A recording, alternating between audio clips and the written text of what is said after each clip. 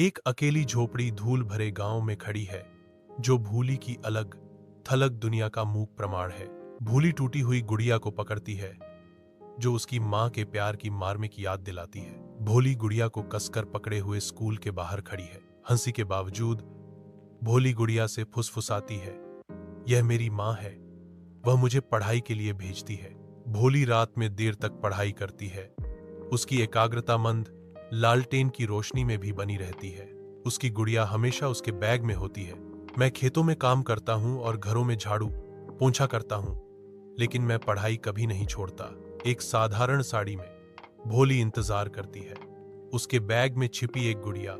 दिल धीरे से धड़क रहा है। इंटरव्यूअर पूछता है, आपकी सबसे बड़ी प्रेरणा कौन है? कोमल दृढ़ आवाज में भोली जवाब देती है, मेरी मां।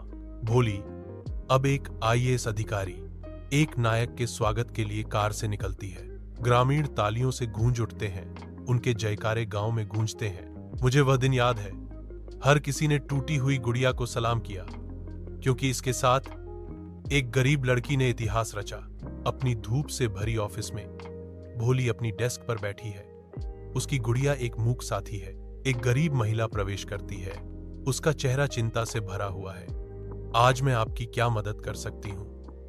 भोली पूछती है। उसकी मुस्कान गर्म है। मुझे नहीं पता कि और कहां जाऊं, मुझे मदद चाहिए। महिला फुसफुसाती है। उसकी आवाज निराशा से कांप रही है। भोली आगे झुकती है। उसकी आंखें करुणा से भरी हैं। मुझे सब कुछ बताओ, मैं जो कर सकती हूं करूंगी। याद रखें, आप जितना सोचते हैं उससे कहीं ज्यादा मजबूत है। कभी भी उम्मीद न छोड़ें, भोली कहती है। उसकी आवाज प्रोत्साहन से भरी हुई है। गांव के स्कूल में भोली बच्चों के साथ अपनी कहानी साझा करती है। उन्हें अपने शब्दों से प्रेरित करती है। बच्चे ध्यान से सुनते हैं, भोली की कहानी से मोहित। बच्चों को भोली की गुड़िया बहुत पसंद है। उनके चेहरे खुशी से चमक उठते हैं। शांत चांदनी रात में भोली गांव से गुजरती है। उसकी गुड़िया कसकर पकड़ी हुई है। लकड़ी के धुएं की खुशबू हवा में तैरती है, क्योंकि भोली फुसफुसाती है, मुझे आपकी याद आती है मां।